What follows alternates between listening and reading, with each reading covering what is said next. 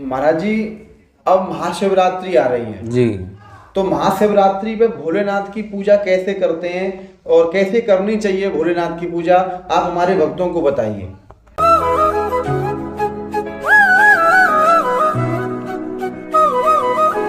राधे सभी भक्तों को, मैं कन्हैया लाल शर्मा स्वागत करता हूं आपके अपने YouTube चैनल ब्रज बिहार दर्शन में।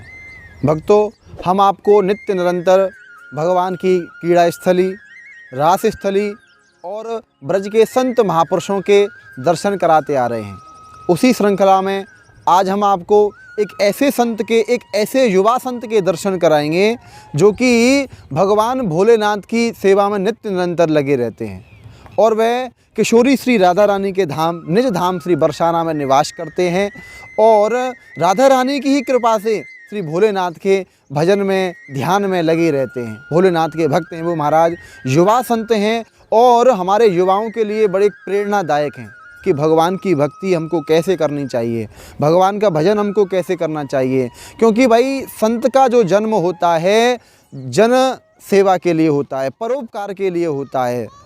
कहते हैं कि संत का जो हृदय होता है बड़ा कोमल होता है, एक मक्खन की तरह होता है। जैसे मक्खन कोमल होता है उसी प्रकार एक संत का हृदय होता है। तो ऐसा ही उन संत महात्मा का हृदय है, बड़े ही सज्जन और बड़े ही कोमल हृदय के संत भगवान हैं।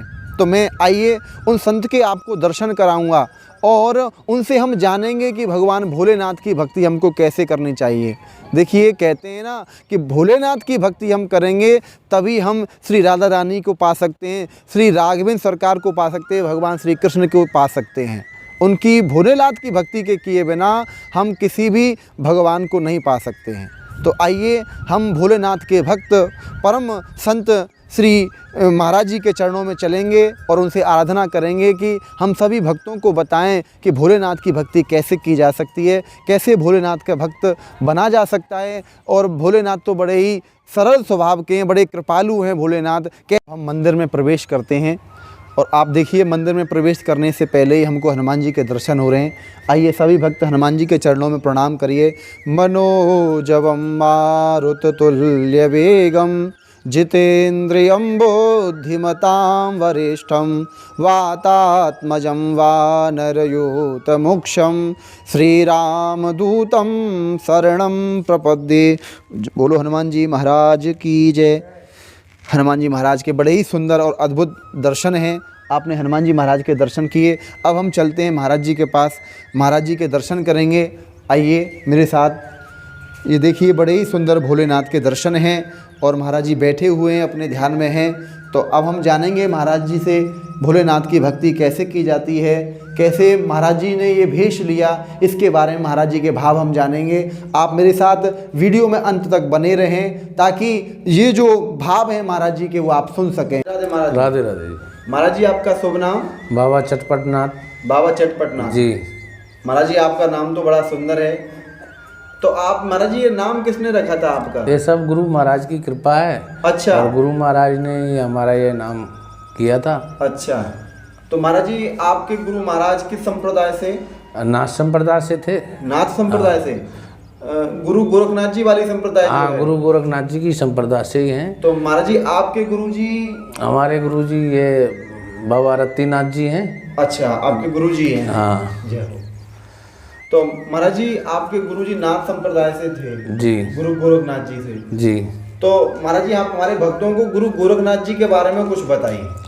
और गुरु गोरखनाथ जी तो उन्होंने कैसे हुआ? वो शिव अवतारी हैं, उन्होंने अवतार लिया था जी। गऊ के गोबर से उनका प्रकट हुए थे जी। और उन्होंने जन कल्याण के लिए जन्म लिया था जी। और वो जन कल्याण करते हुए और अपना विचरण करते थे जी। और दादा मचेंद्र नाथ की सेवा करते थे। 12 वर्ष उनकी तपस्या में रहे जी। फिर उन्होंने 12 वर्ष का लिए ब्रह्मंड निकाल दिया जी। और अनाथों को, जिनके पास में कुछ नहीं है, अनाथ हैं, उनके लिए, सवन के लिए सभी व्यवस्थाएं की उन्होंने। और जिनके पास बच्चे नहीं हैं उनको बच्चे भी प्रदान कराए थे उन्होंने। और जिनके पास में, जिनकी खेती सूखी थी, उनके हरे बाग कराए थे उन्होंने। तो महाराज जी आप कोई कथा जानते हैं? आप हमारे भक्तों को बताएं गुरु गोरखनाथ जी की कोई कथा, किसी के यहाँ कोई भी उपकार उन्होंने किया है, किसी पे कोई कथा आप बताएंगे? माता काछिल के यहाँ पर आए थे वो जी गुरु गोरखनाथ जी, और तो माता काछिल के सूखे बाग देख करके और उन्होंने ये प्रण लिया कि हमको माता काछिल के बाग में जा करके उन्होंने डेरा डाले। जी तो देखा सभी सूखा हुआ बाग था और उनके जाते ही वो हरा भरा हो गया। माता काछिल के कोतवाल आए, वहाँ पर देखा तो उन्होंने देखा कि सभी एक हरा भरा हो गया। उन्होंने जाकर के माता काछिल को बताया तो माता काछिल दौड़ी दौड़ी आई उनके पास में और उनको ढोक प्रणाम करके और उनसे दीक्षा मांगने लगी। जी तो दीक्षा मांगी तो उन्होंने दीक्षा में एक वर मांगा और उनसे उनके पास में कोई पुत्र संतान नहीं थी, तो उन्होंने एक संतान की प्राप्ति के लिए एक वर मांगा था और वहाँ से वो संतान प्राप्ति का वर प्राप्त करके दे करके आशीर्वाद और वो अपने भ्रमण पर निकल चुके थे। तो महाराज जी गुरु गोरखनाथ जी तो भगवान भोलेनाथ के उपासक थे। जी आप भी भोलेनाथ के उपासक हैं? हम भी भोलेनाथ के उपासक हैं। गुरु गोरखनाथ तो उन शिव के अवतार ही हैं, एक अंश हैं उनका जी, जिन्होंने साक्षात गौ के गोबर से अवतार लिया था जी। और वो तो भोलेनाथ की। अच्छा, उन्होंने किसी के गर्भ से जन्म नहीं लिया था? नहीं, माँ की गर्भ से जन्म नहीं लिया, गोबर से प्रकट हुए थे। हाँ, गोबर से, गौ का गोबर था उससे ही प्रकट हुए थे। अच्छा जी जी। वैसे तो संसार में सब दुखी रहते हैं, कोई किसी को कोई समस्या है, किसी को कोई समस्या है।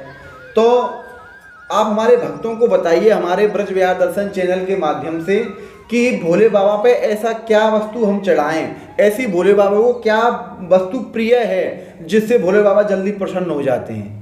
बस भोले बाबा पे तो नित्य समय से जाग करके और स्नान ध्यान करके एक लोटा जल चढ़ाएं। अच्छा। और सभी समस्याओं का हल हो जाएगा। एक लोटा जल सब समस्याओं का हल। अच्छा। इसी से सारी समस्याएं, सारी विविधाओं का संकट दूर हो जाएंगे और उनको धीरे धीरे खुशियां मिलने लग जाएंगी। महाराज जी तो बहुत अच्छी बात बताई है आपने कि एक लोटा जल और सब समस्याओं का हल। हाँ जी। एक लोटा जल प्रतिदिन चढ़ाना चाहिए भोले बाबा प्रतिदिन चढ़ाना चाहिए भोलेनाथ पर। तो महाराज जी ये जल चढ़ाने का, भगवान भोलेनाथ की पूजा करने का कोई नियम है कि कैसे चढ़ाना चाहिए, जल कैसे चढ़ाना चाहिए? हाँ, नियम है। हाँ। जैसे कि एक लोटा जल पहले थोड़ा गणेश जी पे चढ़ाओ, फिर माता पार्वती पे चढ़ाओ, फिर कार्तिक जी पे चढ़ाओ, फिर नंदेश्वर पे और फिर भोलेनाथ पर। अच्छा। हाँ, ऐसे जल चढ़ाना चाहिए। इसी प्रकार से जल चढ़ाना और पूजन करना है वो भी ऐसे ही करना है? पूजन करना है वो भी ऐसे ही करना है जैसे गणेश जी पे किया पहले जी, और फिर उसके बाद माता पार्वती का जी, और फिर कार्तिक देव का और फिर नंदी जी का, फिर भोलेनाथ का जी।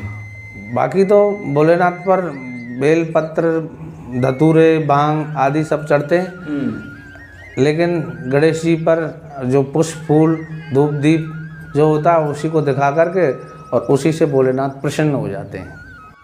महाराज जी अब महाशिवरात्रि आ रही है जी, तो महाशिवरात्रि पे भोलेनाथ की पूजा कैसे करते हैं और कैसे करनी चाहिए भोलेनाथ की पूजा, आप हमारे भक्तों को बताइए। वैसे तो महाशिवरात्रि पर ये विशेष पर्व होता है जी, और महाशिवरात्रि पर 4 पैर की पूजा की जाती है रात्रि में जी, और 4 पैर की पूजा मनुष्य नहीं कर सकता है जी, 2 पैर की पूजा कर सकते हैं जी। यानी 1 पैर की पूजा तो अवश्य करें।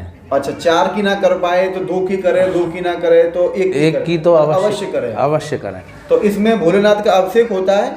इसमें अभिषेक होता है भोलेनाथ का। किस चीज से होता है महाराज जी? दूध से भी होता है, दही से भी होता है, शहद से भी होता है जी, जल से भी होता है, गंगा जल से भी होता है। जैसे आपको अति प्रिय लगे वैसे अभिषेक करें जी।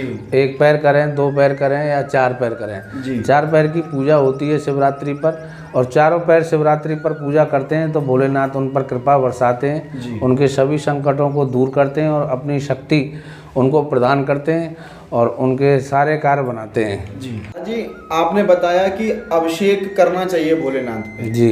तो महाराज जी आपने बताया कि जल से करना चाहिए, दूध से करना चाहिए जी, और गन्ने के रस से करना चाहिए और आपने बताया ये सब करना चाहिए। तो इसके करने से क्या होता है हमें बताइए, जरा हमारे भक्तों को बताइए। जल से स्नान करने से क्या, अभिषेक करने से क्या होता है? जल से अभिषेक कराने से भगवान भोलेनाथ सभी आदि व्याधियों को दूर करते हैं। अच्छा। और उनको सुख शांति प्रदान करते हैं। और दूध से करने से?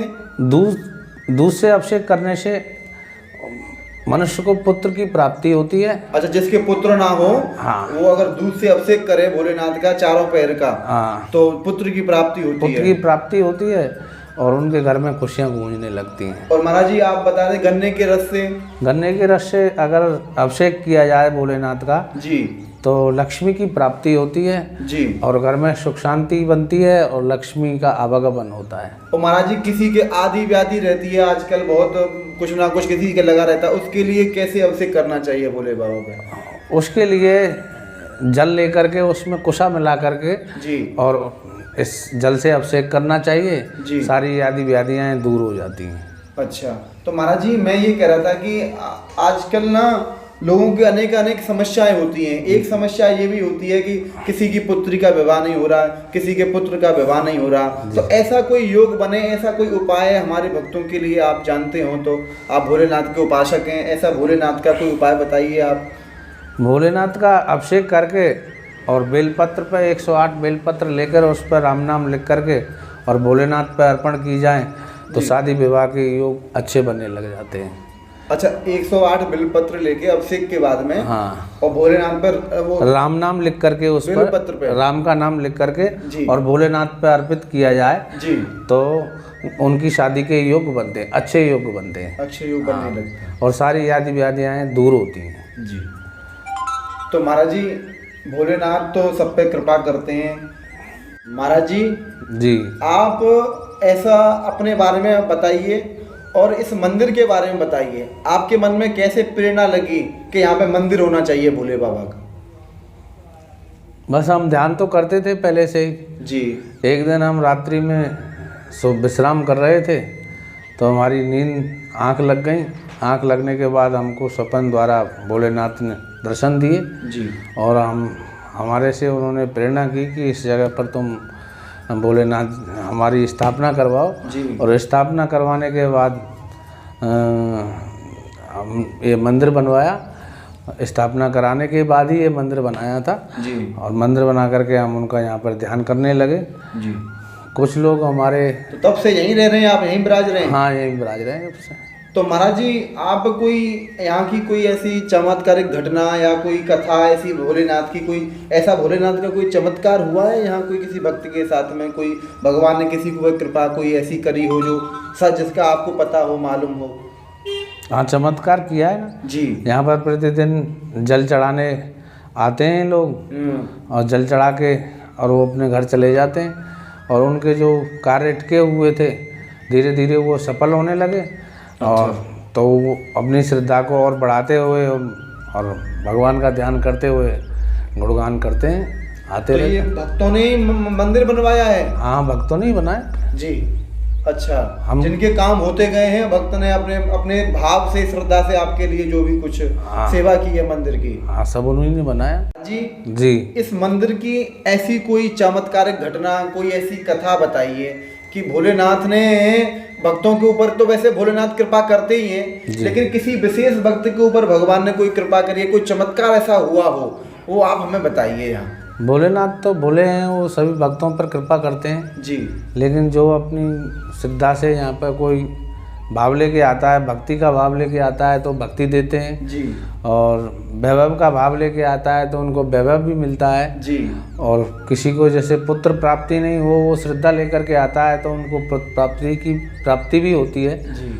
अब भोलेनाथ तो भोले भंडारी हैं, सभी के लिए देते हैं जी। और ये साक्षात विराजमान है इस जगह पर। तो महाराज जी ऐसी कोई कथा आप हमारे भक्तों को बताइए जो भोले बाबा ने उस किसी भक्त की मुराद पूरी की हो, ऐसा कोई आपके दृष्टांत में कोई आपके कोई जानने वाला हो, आपने किसी को देखा हो उस जिसकी कामना पूरी हुई है, ऐसा कुछ आप जानते हैं? एक भगत आते थे यहाँ पर, वो पुत्र की कामना लेकर के आते थे जी, और भोलेनाथ पर जल चढ़ाते थे जी, और